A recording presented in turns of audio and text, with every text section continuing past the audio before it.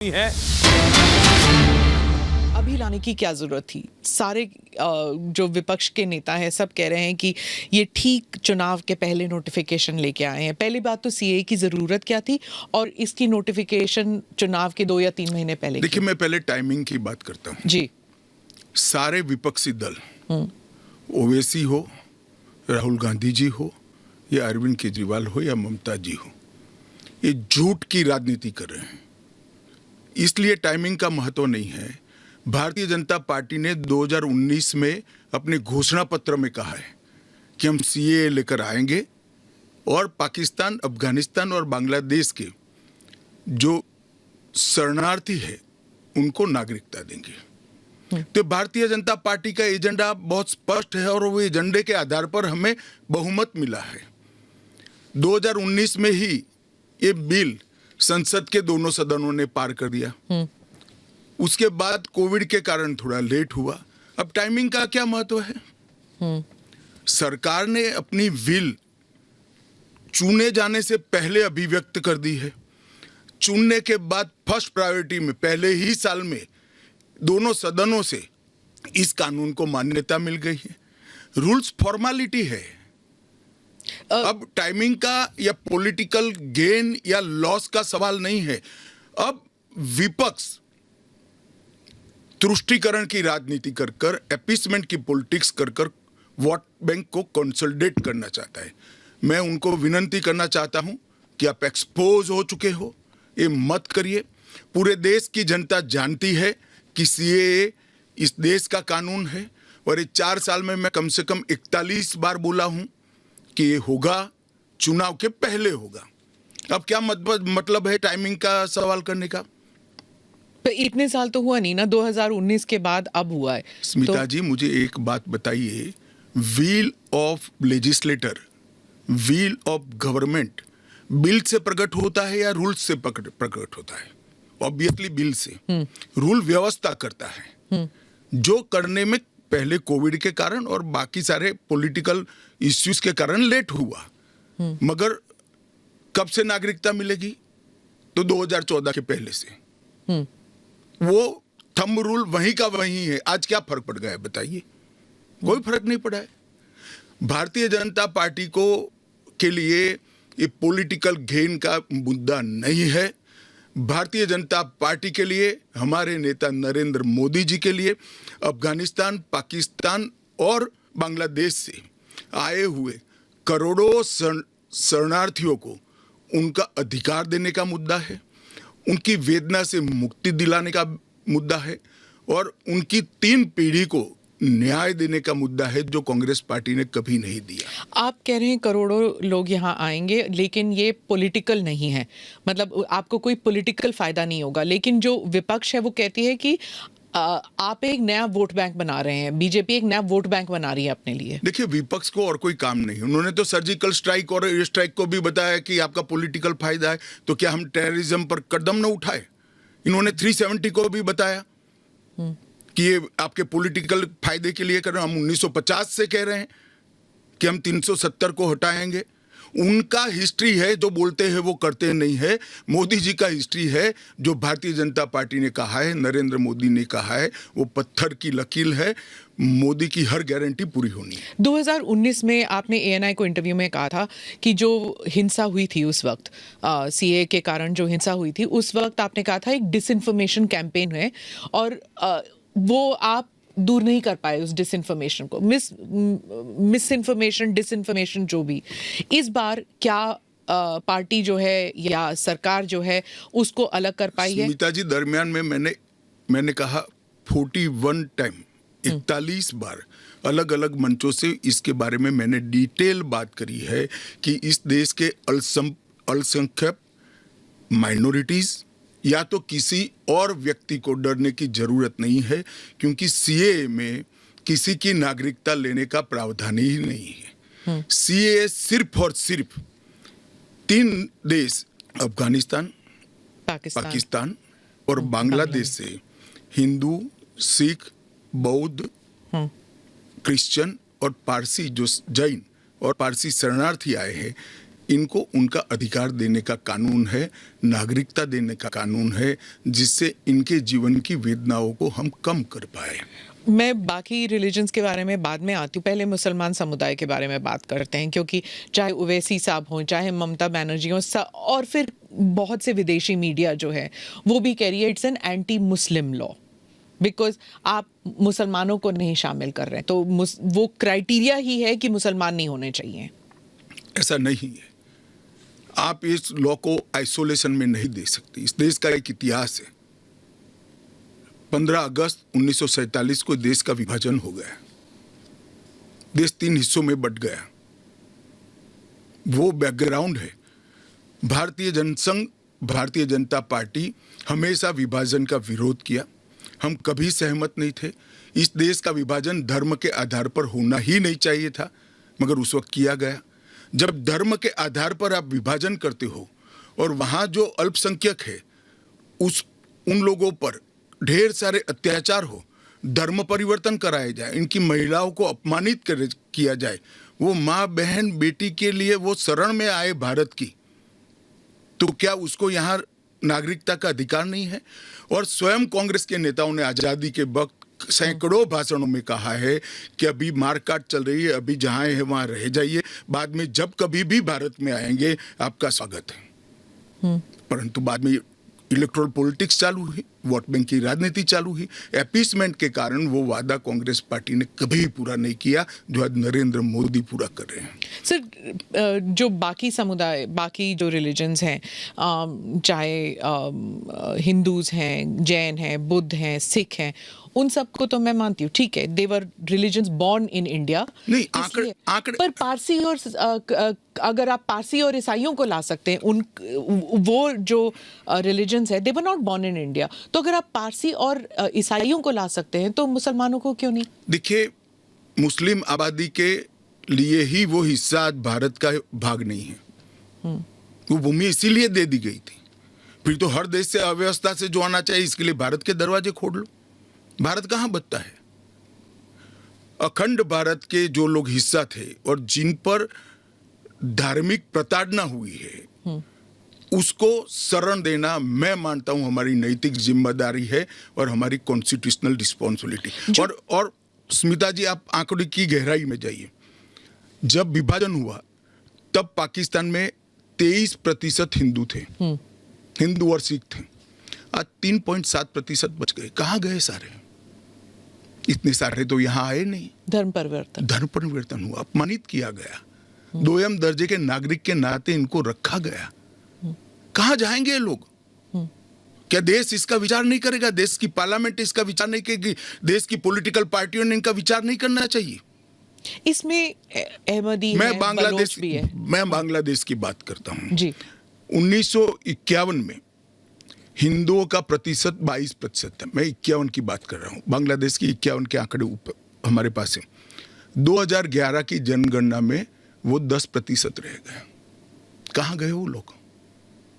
अफगानिस्तान 1992 के पूर्व, मैं 92 के आंकड़े मेरे पास लगभग 2 लाख सिख और हिंदू थे और आज करीब 500 बच गए।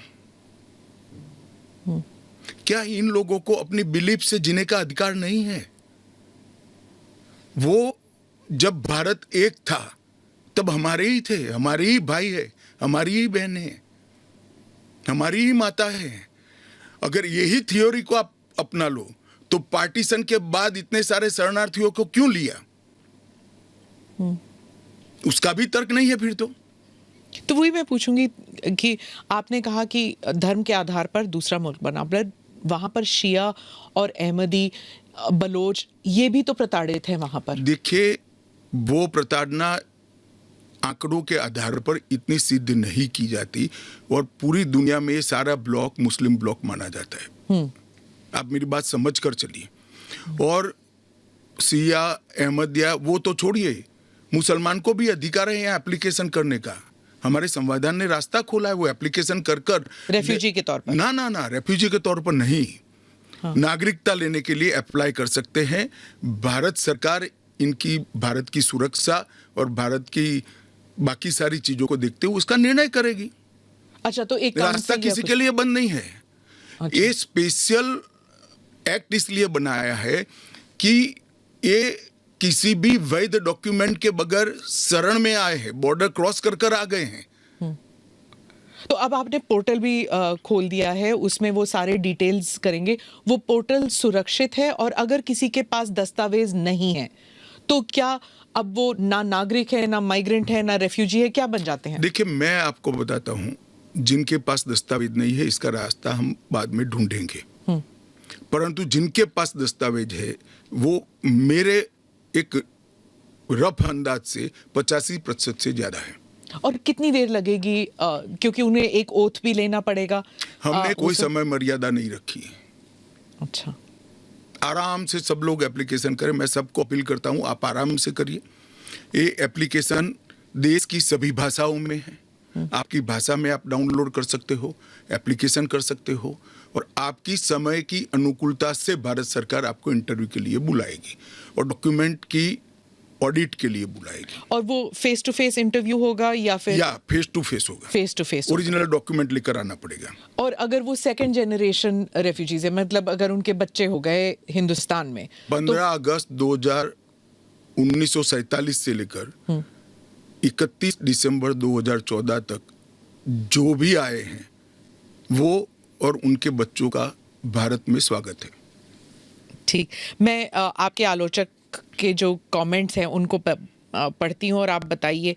जो दिल्ली के चीफ मिनिस्टर हैं वो कहते हैं, वो सवाल उठा रहे हैं। उन्होंने कहा कि ये जो अंधाधुंध लोग आएंगे, बीजेपी उन्हें नागरिकता देगी, उससे थेफ्ट, रॉबरीज, रेप बढ़ जाएगा।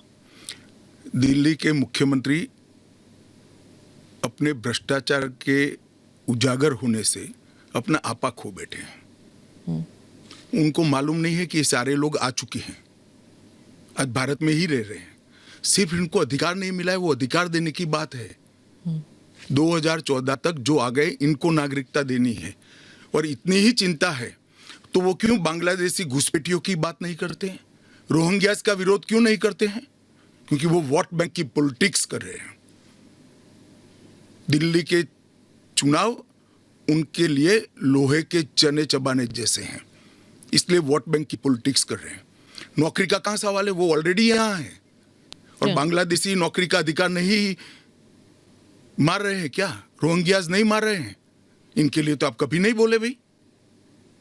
सिर्फ जो हिंदू शरणार्थी आए हैं, जो बौद्ध शरणार्थी आए, जो जैन, पारसी और क्रिश्चियन शरणार्थी, इसी का विरोध कर रहे हैं। वो यही कह रहे हैं कि आप अपने नागरिकों को नौकरी नहीं दे पा रहे हैं, और इनको आप स्मिता जी वो पार्टीशन के बैकग्राउंड को भूल गई हैं। शायद उनको जो निराश्रित आए थे, जो रेफ्यूजीज आए थे, इनके परिवार के साथ एक चाय पीनी चाहिए।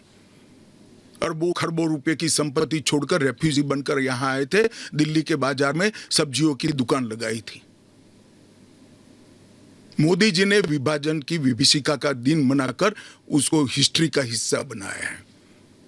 इन लोगों के मन में संवेदना नहीं है, वो समझते नहीं है वहां धर्म के आधार पर इनके परिवार की महिलाओं का गौरव छीना जाए, अपमानित किया जाए, क्या करेंगे वो? इनकी वेदना हम भी नहीं सुनेंगे। 50 में आ गए, 60 में आ गए, 70 में आ गए, 80 में आ गए, आज भी नागरिकता नहीं है। बच्चों को अस्पताल में दाखला नहीं मिलता है, ढंग की नौकरी नहीं मिलती है, छुट भैया नौकरी करते हैं, अपने नाम से प्रॉपर्टी नहीं ले सकते हैं, मतदान नहीं कर सकते हैं। क्यों? क्या गुनाह है उनका? विभाजन का फैसला उन्होंने नहीं किया था, कांग्रेस पार्टी ने किया था।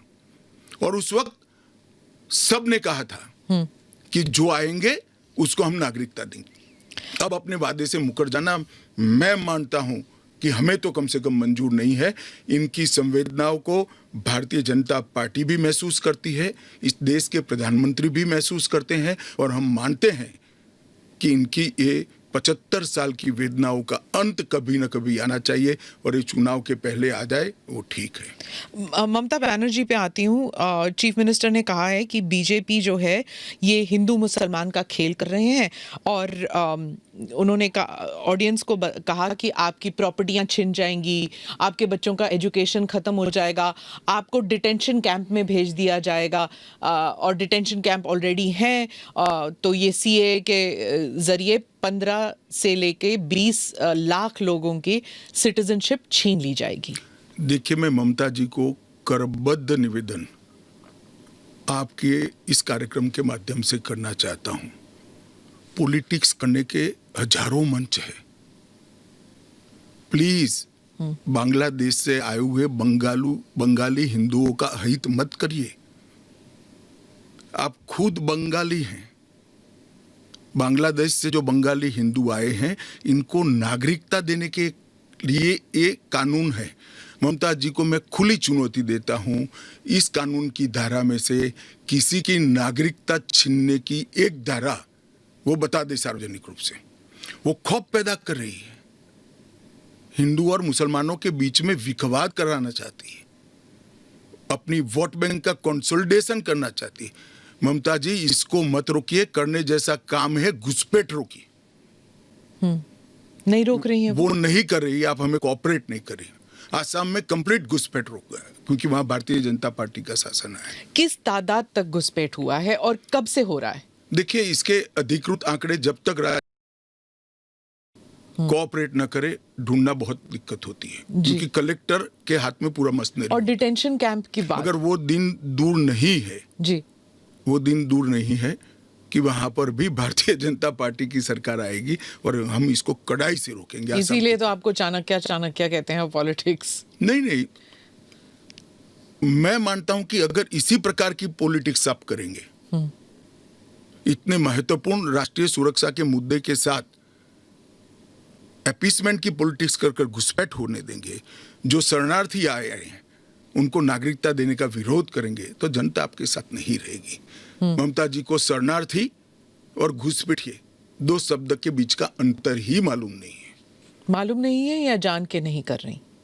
अब मैं तो जो बोलती है वो सच मानता हूं, इसलिए कह रहा हूं मालूम नहीं है। डिटेंशन कैंप के बारे में बताइए, इसके बारे में बहुत गलतफहमी आ रही है। ऐसा है, आप स्मिता जी इतनी जागरूक पत्रकार है, देश की जानी मानी पत्रकार है, आप भी स्वयं एक बार सीए को पढ़ लेती, इसके रूल्स को पढ़ लेती, तो मालूम पड़ता इसमें कोई कैंप की प्रोविजन ही नहीं।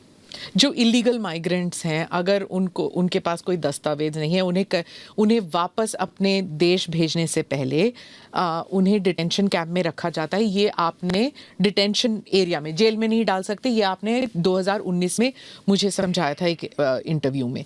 सीएए में डिटेंशन कैंप नहीं है, इसी को लेकर मैं सवाल पूछ रही हूँ कि अगर सीएए के तहत वो लोग नहीं आते तो वो कहाँ जाएंगे, क्या होगा उनका? नहीं, उनकी व्यवस्था होगी ना। 100 लोगों का प्रॉब्लम है तो उसमें से 85 का तो अभी क्लियर हो रहा है, बाकी का आगे सोचेंगे। तो कितने लोग होंगे आपके हिसाब से? लाखों में, करोड़ों में, हजारों में, कितने लोग हैं? देखिए, ढेर सारे लोग हैं, इसकी कोई गिनती नहीं है। वो जब एप्लीकेशन आएगी और बहुत सारे लोग, ये जो मिस कैंपेन चल रहा है, अपप्रचार चल रहा है, इसके कारण शायद एप्लीकेशन करते हुए भी डरेंगे। मैं सबको आश्वस्त करना चाहता हूं, आप यहां पर अप्लाई कर दीजिए। नरेंद्र मोदी गवर्नमेंट पर भरोसा रखिए, आपको रिट्रोस्पेक्टिव इफेक्ट से सिटीजनशिप दी जाएगी। आपका अवैध तरीके से भारत में आना, ये शरणार्थी के रूप में आपको स्वीकृति ये कानून दे रहा है, इसका कोई क्रिमिनल केस आप पर होगा नहीं, और आपकी भारत में की हुई सारी एक्टिविटी को भी वैधता प्रदान की जाएगी। तो किसी को डरने की जरूरत नहीं है। उनके पास एक्स्ट्रा राइट्स होंगे या इक्वल राइट्स होंगे या कम राइट्स होंगे? इक्वल राइट होंगे, वो भारत के नागरिक माने जाएंगे। मेरा और आपके जितना ही अधिकार उनका होगा। एक और बात थी, वो एक तो गलतफहमी, अप्रचार कहिए या जो भी है, या कंफ्यूजन ही कहिए, कि असम में सीएए लागू होगा या नहीं होगा, और एनआरसी और सीएए ये इनका क्रॉसिंग है कि नहीं, इंटर देखिए, असम में जो एनआरसी की ऑर्डर हुए वो सुप्रीम कोर्ट ऑफ इंडिया की, इसका सीएए से कोई लेन देन नहीं है। आसाम नहीं, देश के हर हिस्से में सीएए लागू होगा। सिर्फ नॉर्थ ईस्ट के राज्य जहां पर 2 प्रकार के विशेषाधिकार उनको दिए गए हैं, वो विशेषाधिकार के तहत जो राज्य आते हैं उनको ही सीए नहीं होगा।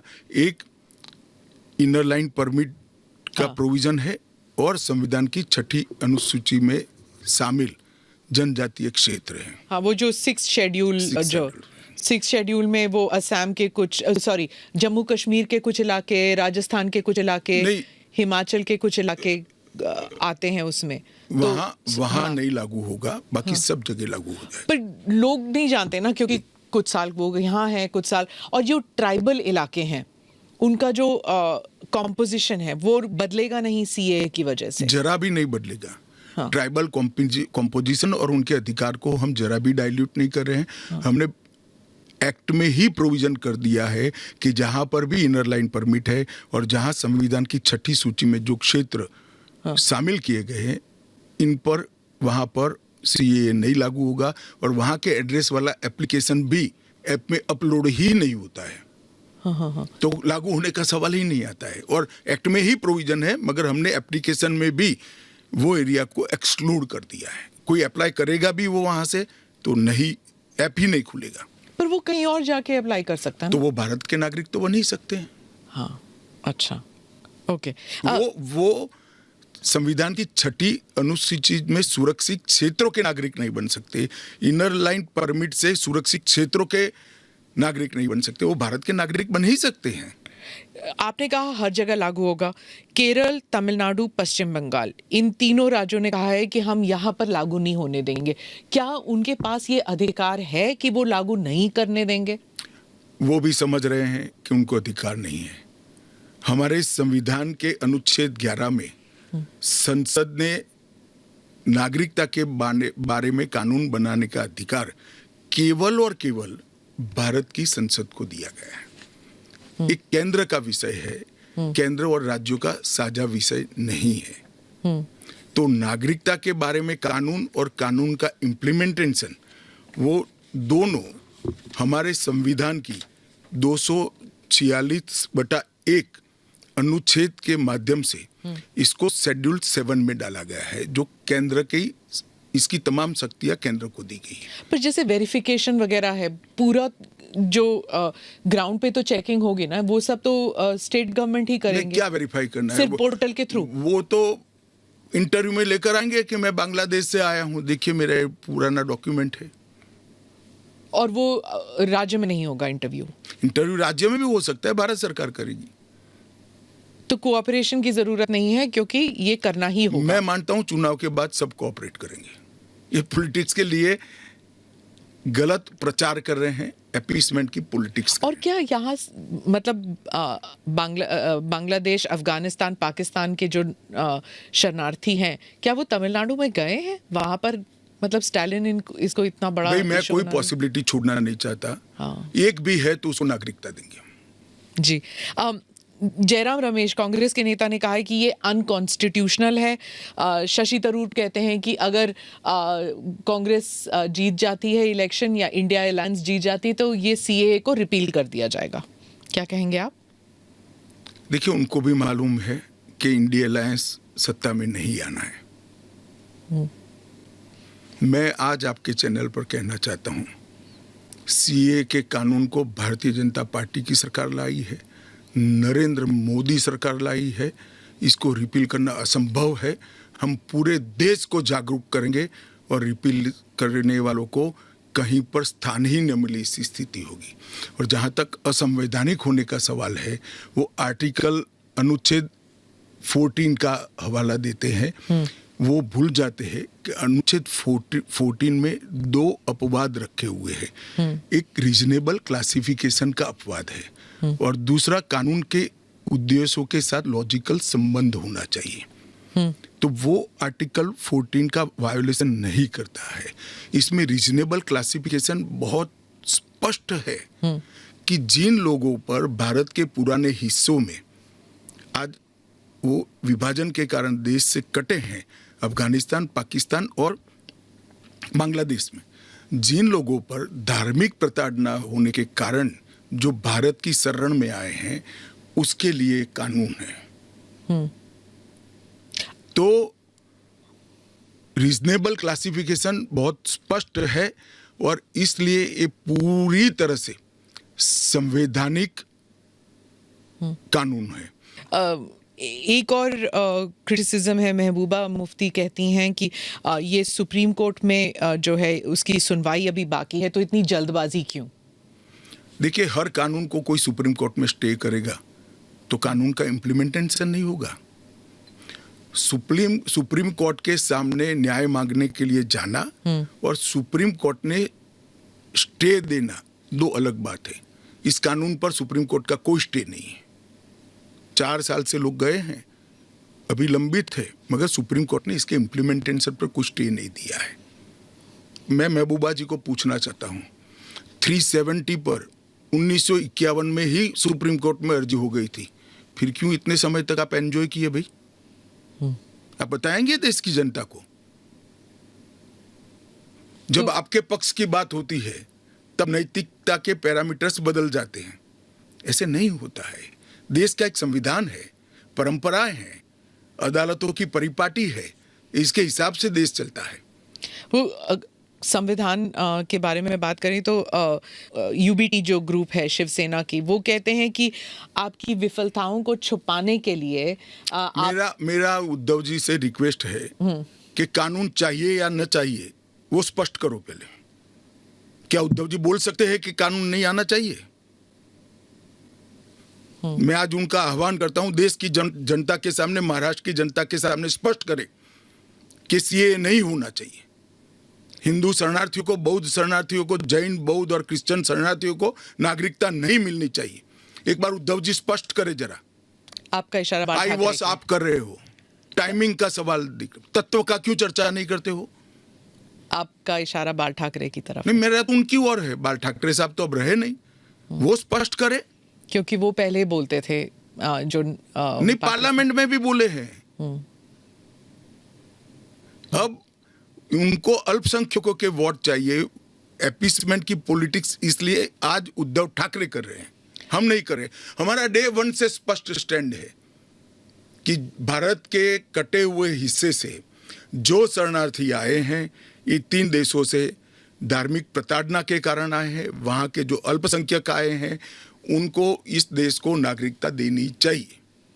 ओवैसी साहब पे आ जाती हूँ, जो आपके हमेशा ही स्पीक्स अगेंस्ट यू, तो उनके बारे में वो खुलकर ही कह रहे हैं कि ये एंटी मुस्लिम है।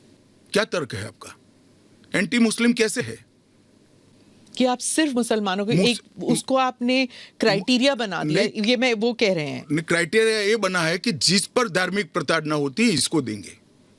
और अगर वो मुसलमान, और भारत के पुराने हिस्से से मुसलमानों पर इसलिए धार्मिक प्रताड़ना नहीं हो सकती कि तीनों देश घोषित इस्लामी स्टेट है। कौन करेगा धार्मिक प्रताड़ना? कौन करेगा इस्लाम के अनुयायियों के साथ? ये तीनों देश घोषित इस्लामिक स्टेट है, इनके नाम के अंदर है, इनके संविधान में है। पर मैं फिर से वही पूछूंगी कि अगर आप ईसाइयों को दे सकते हैं, अगर आप पारसीज को दे सकते हैं जो इस्लामिक नहीं है, और अगर उन पर हो रहा है, तो फिर आप why can't you give it मुसलमानों को क्यों नहीं? देखिए, ऐसे तो फिर दुनिया भर से देश में जो आए सबको नागरिकता दे। तो अमेरिका तो करता है ना, सबको ले हम भी करते हैं, अप्लाई करे वो घुस कर नहीं आ सकते। उनको ऑफिशियल एयरपोर्ट से, ऑफिशियल पोर्ट से, ऑफिशियल लैंड पोर्ट से आने की परमिशन ही नहीं है, इसलिए बेचारे घुस कर आते हैं, शरण में आते हैं। अमित भाई, वो आपका एक वो इंटरव्यू बार बार लूप पे चल रहा है हर जगह कि क्रोनोलॉजी समझिए, सीए के बाद एनआरसी आएगा। देखिए, ऐसा है स्मिता जी, सीए का कानून अभी चर्चा पर है। 1, इसमें एनआरसी का कोई प्रोविजन नहीं है। 2, इसमें किसी की नागरिकता छीनने का कोई प्रोविजन नहीं है। 3, अगर विपक्ष को ये चाहिए कि उनसे चर्चा हो, तो कोई भी कानून करने से पहले और बाद में संसद में चर्चा होती ही है। तो दोनों को मिक्सअप कर आप क्या लेना चाहते हो? अभी सिर्फ सीए चर्चा में है। जैसे सीए को इतना वक्त लगा, जिस तरह फार्म लॉज को रोल बैक किया गया क्योंकि सच अ लॉट ऑफ बैकलैश, तो क्या अगर इंटरनेशनल प्रेस में आने लगे और अगर यहाँ पर सड़कों पर लोग उतर आए तो क्या ये भी वापस ले लिया जाएगा? देखिए, सीए का कानून कभी वापस नहीं जाएगा और भारत की नागरिकता सुनिश्चित करना ये भारत का विषय है, भारत की संप्रभुता का निर्णय है। इसके साथ हम कोई कॉम्प्रोमाइज नहीं कर सकते। जब हम ट्राइबल एरियाज की बात करते हैं, अभी आपने कहा कि जो 6 शेड्यूल और जो काउंसिल्स, ट्राइबल काउंसिल्स का एरिया था, वहाँ पर ये ऑटोनोमस काउंसिल्स जहाँ पर हैं वहाँ पर नहीं होगा, लागू नहीं होगा। इन एरियाज में जो है डेवलपमेंट होता नहीं है क्योंकि इतने सारे लेवल्स ऑफ गवर्नेंस होते हैं वहाँ पर। आप 2 दशक पहले की बात कर रही हैं। हाँ। आज वहाँ जाकर आइए, मोदी जी ने पूरे नॉर्थ ईस्ट में एयरपोर्ट वगैरह, हाँ, एयरपोर्ट बना दिए, रेल पहुंचने को आ गई, रोड बना दिए, हर घर में बिजली पहुंच गई, शौचालय पहुंच गया, हर घर में स्वास्थ्य की सुविधाएं पहुंच गई, गैस का सिलेंडर पहुंच गया, शिक्षा की भी उच्चतम शिक्षा संस्थान आज नॉर्थ ईस्ट में एस्टैब्लिश हुए हैं। जो पोर्टल से जब इनको नागरिकता मिलेगी, इससे उनको क्या क्या सुविधाएं मिलेगी? क्या आम नागरिक की तरह, या फिर जैसे उनको ये दिखाना पड़ेगा कि हाँ सीएए के तहत हमको नागरिकता मिली है? क्या ये अलग आइडेंटिटी? ना ना ना ना ना, वो भारत के आम नागरिक की तरह ही भारत के नागरिकों की सूची में सम्मान के साथ समाहित हो जाएंगे और उनको मेरे और आपके जितना ही अधिकार होगा। वो चुनाव भी लड़ सकते हैं, एमएलए भी बन सकते हैं, एमपी भी बन सकते हैं, मुख्यमंत्री या केंद्र सरकार के मंत्री भी बन सकते हैं। राहुल गांधी जो न्याय यात्रा में बार बार सीए भी उठा रहे हैं और बाकी विषयों पर भी सरकार पर आरोप लगाते हैं कि अपनी विफलताओं को छुपाने के लिए कभी सीए लागू कर रहे हैं। मेरा तो आपसे रिक्वेस्ट है जी, कांग्रेस में आपकी अच्छी खासी पहुंच है, इस विषय पर राहुल जी से एक बार चर्चा करके डिटेल पूछ लो जरा। वो चर्चा नहीं कर रहे ना, वो मीडिया को वहां पर कह रहे हैं कि मीडिया जो है वो चर्चा नहीं करना चाहती क्योंकि वो हमारे हाथ बंधे हुए हैं, हमारा मुंह बंद है। नहीं, मगर इस कमरे में बैठकर आपको इंटरव्यू करे सीए पर और समझाए, जो वो बोल रहे हैं वो इतना समझा दे जनता को। राजनीति के अंदर आपके निर्णय को जस्टिफाई करने की जिम्मेदारी आपकी होती है। जैसे मेरी सरकार का फैसला ऐसी है, इसके बारे में मेरी पार्टी के तर्क, मेरी गवर्नमेंट के तर्क और क्यों ये देश के हित में है मुझे समझाना पड़ता है। जरा राहुल गांधी जी आपके इसी कमरे में आकर देश को समझा दे कि क्यों विरोध में है। आप कहते हैं कि ये राजनीतिक नहीं है, लेकिन आपके जो राजनीतिक स्पीचेस हैं, तेलंगाना में आपने कहा, जब आप अपने वायदे गिनते हैं कि ये वायदे हमने पूरे किए, तो सीए भी उसमें है, तो इसमें राजनीतिक कहाँ से हो गया? तो फिर आपके तो हमारा एक वादा था कि देश के अर्थतंत्र को सुधारेंगे, तो क्या अर्थतंत्र मत सुधारो, पॉलिटिक्स कर रहे हो। फिर राजनीतिक कहां से हो गया? हम मानते हैं सीए देश के हित में है, इनका अधिकार है इसलिए हमने दिया है। पॉलिटिक्स कहां से? वो भी कहे ना देना चाहिए। अगर राजनीतिक फायदा है तो उनको कौन रोक रहा है? पर सीए पे तो बहस हुआ नहीं ना, वो बात पास हो गया, उसके बाद पास कैसे हो गया? पार्लियामेंट में पूरी बहस करी हमने। तो अगर 400 सीट आते तो क्या वो फुल लाइसेंस हो जाता है कि आपके हिसाब से कि जनता ने कहा कि हमने आपको 400 सीट दी है, अब आप जो भी देश हित में समझे वो करते जाइए। ऐसे लाइसेंस जिन्होंने उपयोग करे, हमने तो कभी नहीं करे। हमने तो जनता ने जब जब आशीर्वाद दिया बड़ी जिम्मेदारी के साथ देश चलाया, चाहे अटल जी हो चाहे नरेंद्र भाई हो। इंदिरा गांधी ने एक बार लाइसेंस का दुरुपयोग किया था और फिर स्वयं चुनाव हार गई थी। तो इसका भी मैकेनिज्म पड़ा है ना। जो लाइसेंस का दुरुपयोग करेगा उसका भी मैकेनिज्म है। हमारे 5 साल के बाद पब्लिक के सामने जाना है, यहां समाप्त नहीं हो जाता है। ये आप कह रहे हैं, लेकिन जैसे फॉरेन मीडिया को अगर आप देखें, वो कह रहे हैं कि एक के बाद एक जो आपने किए, चाहे ट्रिपल तलाक हो, 370 हो, सीएए हो। एक सेकंड, फॉरेन मीडिया को पूछे उनके देश में ट्रिपल तलाक है क्या? नहीं है। उनके देश में मुस्लिम पर्सनल लॉ है क्या? उनके देश में एक भी स्टेट में 370 जैसा प्रोविजन है क्या? पर हमारे में हिंदू लॉ भी तो है, सक्सेशन लॉ है। इसका नाम हिंदू लॉ है, वो देश का नागरिक कानून ही है। फिर मैं उसी सवाल पे आती हूँ, चाहे सीए हो, यूसीसी हो, या यूसीसी नहीं, सीए हो, या फिर 370 हो, ट्रिपल तलाक हो, ये सब आप आपकी मेजॉरिटी की वजह से ये सब स्मूथली हो गया। अगर आप 400 लेकर आते हैं तो फिर तो कुछ और ही हो सकता है, इन द सेंस कि प्रियम्बल तक आप बदल सकते हैं, सोशलिज्म हटा देंगे, सेक्युलरिज्म हटा हमारे देंगे। संविधान की रचना करते वक्त ये सारी चीजें बहुत सोच समझकर बनाई गई हैं। तो मुझे बताइए कि जब जवाहरलाल नेहरू जी की पूर्ण बहुमत होती थी, इंदिरा जी की होती थी, राजीव गांधी को 400 सीट मिल गई, तो उस वक्त सब उचित था? नहीं था ना, इसीलिए तो उन्हें हटा दिया गया। तो हम भी नहीं करेंगे, उचित नहीं करेंगे, हम संयम नहीं रखेंगे, सेल्फ डिसिप्लिन नहीं रखेंगे, तो हमें भी बदल देंगे। ये तो कोई तर्क नहीं हुआ। देखिए, नरेंद्र मोदी के पास, इस देश के प्रधानमंत्री के पास 10 साल का ए ग्रेड पास्ट रिकॉर्ड है और 25 साल का प्लानिंग है। 25 और साल 25 साल का प्लानिंग उन्होंने बनाया है कि 15 अगस्त 2047 को भारत पूर्ण विकसित भारत होगा। और उन्होंने पहली बार सरकार की मदद से नहीं, देश के 130 करोड़ लोगों को आह्वान लेकर संकल्प करा है कि सभी लोग जुटे। और ये 25 साल भारत को महान बनाने के 25 साल है। और मुझे बड़ा गर्व है कि मेरे नेता के आह्वान पर पूरा देश आज इस संकल्प से संकल्पित होकर अमृत काल के लिए तैयार होकर खड़ा है। इसके साथ साथ इस देश में गुड गवर्नेंस, इस देश के अर्थतंत्र को दुनिया के प्रमुख अर्थतंत्रों में शुमार करना, दुनिया भर के टेक्नोलॉजी और R&D के लिए एक प्लेटफॉर्म बनाना, भारत को मैन्युफैक्चरिंग का हब बनाना, भारत को हर क्षेत्र में आत्मनिर्भर बनाना, इस देश की शिक्षा व्यवस्था को दुनिया के साथ और दुनिया से आगे ले जाने का प्रयास करना, ये सारी चीजें हमने करी है और ये भी हमारा एजेंडा है। मगर आप जब हमारे भाषण में से कुछ चुन लेती हो तो यही मुद्दे चुनती हो। अगर आप चुनाव जीतते हैं अगले 5 साल में एजेंडा क्या होगा? चलिए, एजेंडा हमारा घोषणा पत्र आएगा, इसमें आ जाएगा। आपका बहुत बहुत धन्यवाद। चलिए, धन्यवाद धन्यवाद।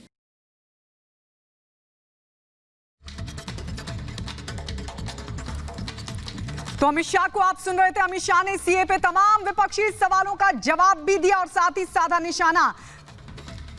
अमित शाह जो कि सीए पर बोल रहे थे, उन्होंने कहा कि पीएम जो कहते हैं वो करके दिखाते हैं।